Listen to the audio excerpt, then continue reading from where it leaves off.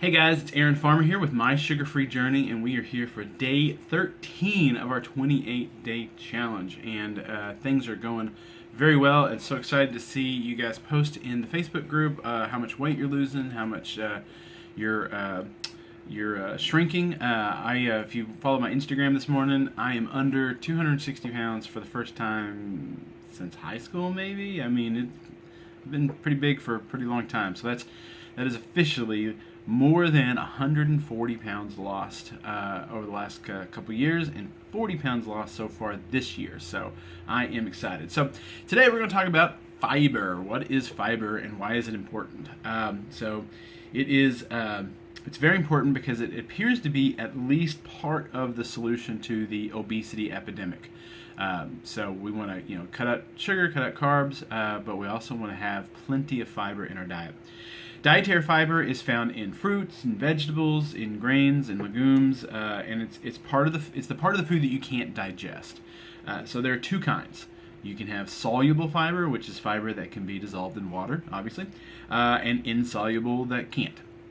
So what soluble fiber does is it slows digestion and ferments in the digestive tract, turning into gas. That's why if you eat high fiber meals, you might be a little gassy. But the good news is if you cut out the carbs and you cut out the sugar, the gas doesn't smell. So keep that in mind, or it rarely smells. Insoluble fiber is basically the cellulose in the food, and it just passes through your body without being digested, and it speeds up your digestion. So you have soluble fiber that slows digestion, insoluble fiber that speeds up your digestion, so they work together. Taken together, these two types of fiber work to slow down the rate of absorption of your food through your intestines, which means your liver doesn't get overloaded and it can process your food more efficiently. So just like we talked about in the last couple of videos, your liver has those two tracks, one to process fat and one to process carbs. And when we try to eat fat and carbs at the same time, things get backed up. That's when we get that visceral fat.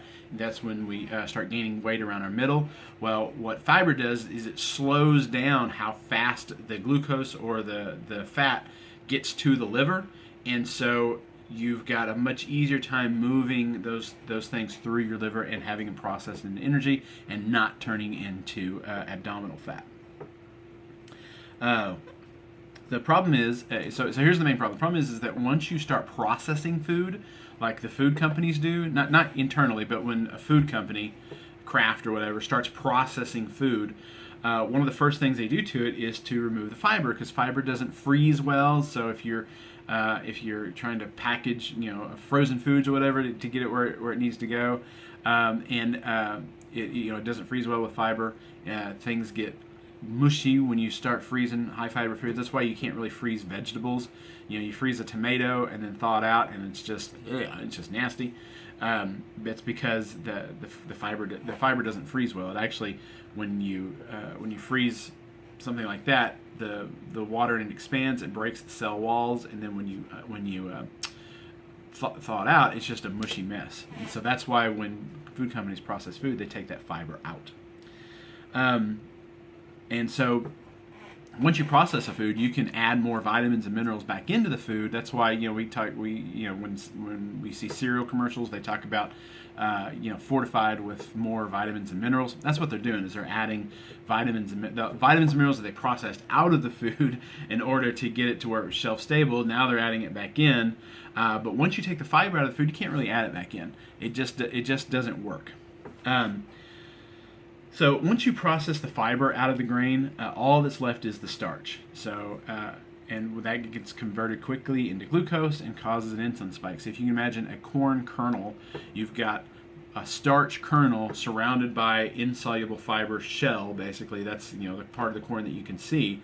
Well, when you process corn, what you do is you take that shell off and you just deal with the starch that's in the middle of it, and that's what causes an insulin spike when you eat it. And here's the real kicker: is that because of the way the USDA guidelines are written, manufacturers can put whole grain, can put the words whole grain on food items, even if the fiber is processed out. So you eat your whole grain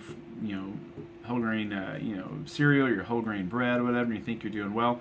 Well, just because it says whole grain doesn't mean the actual all of the grain is in there, because food companies, they've lobbied to the point where they can process that insoluble fiber out and still call it whole grain. So surely you've seen whole grain Cheerios on the shelf. I guarantee you the fiber is gone, and all that's left is starch. And so all that's left is what's going to cause an insulin reaction. So now let's look at fruit. Whole fruit has large amounts of fiber built into the fruit. When you eat fruit, even though it has fructose in the fruit, the fiber gives your liver a chance to metabolize the fructose slowly. So now imagine you've decided to drink a big glass of fruit juice. It's got all the fructose, it's got all the glucose, it's got all the sugar and everything of not just one, but multiple fruits in one glass. But what's missing? There's no fiber. So when you drink that fruit juice, it gets converted to glucose as fast as your body can absorb it, which is very, very fast, which causes a huge insulin reaction, and you get fatter. Also, if you decide to blend the fruit into a smoothie, the blades of the blender will oftentimes destroy the insoluble fiber, not all of it, but a portion of it. Which means that the sugar is absorbed just as fast as if you had juiced the fruit. So let me discuss that for just a minute. Making a fruit smoothie is better than making a fruit juice, because when you make a fruit juice, you throw away all the cellulose and all the the whole particles of food, and all you're left is the juice. So making a smoothie is better for you than drinking juice, but it's not anywhere near as good for you as just eating the whole fruits and vegetables. So I would much rather you make a smoothie than make a juice, but you're much better off just eating whole foods. If you are going to make a smoothie, stay away from fruits as much as you can, especially high sugar fruits like bananas, grapes, pineapple. Stick with low sugar fruit, tart fruits, berries, those kind of things. Because they don't have as much sugar and as much fructose in them. So if you're gonna make a smoothie, I'd rather you do it with berries, and making a smoothie is better for you than making a juice. But you're better off just eating the whole fruit. I mean, that would be the better solution. So good, better, best. You make your decision. Actually, I guess terrible, better, best, because fruit juice is terrible for you. So fiber keeps the insulin down by slowing the rate at which the liver has to process it in a couple different ways.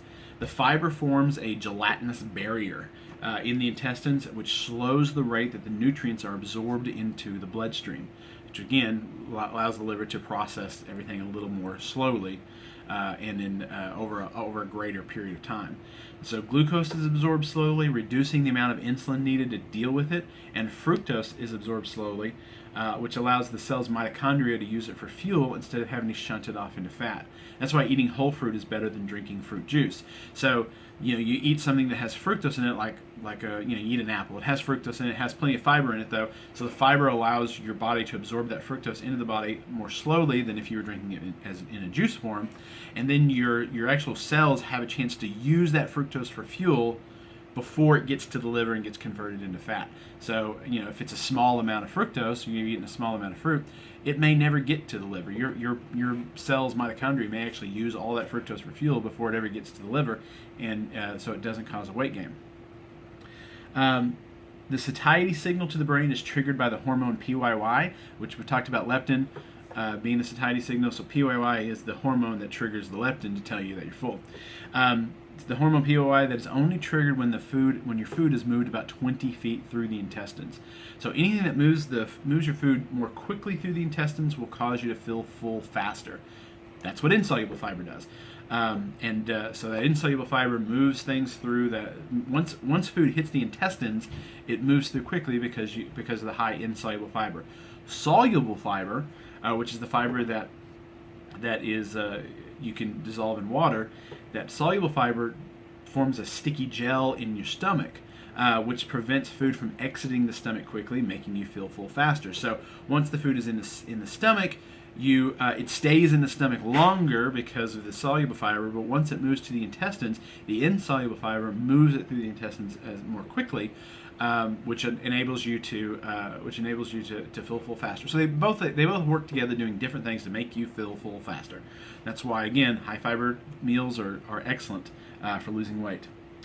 Fiber allows for more nutrients to travel farther into the intestines before they are absorbed, which means there's more food for helpful gut bacteria throughout the intestines. So that food moves through the intestines slower and not slower, but more quickly, which means that the stuff that the good bacteria likes to eat gets deeper into your intestines, and so you have more of the good gut flora to handle those things. And good gut flora is incredibly important to weight loss, and we don't even know how important it is because the science isn't all in yet. But every piece of science we've discovered as we look into it is that processed food changes your gut flora and makes you gain weight faster, where a good whole food diet will enables you to increase the number of good bacteria in your intestines, which means you lose weight faster.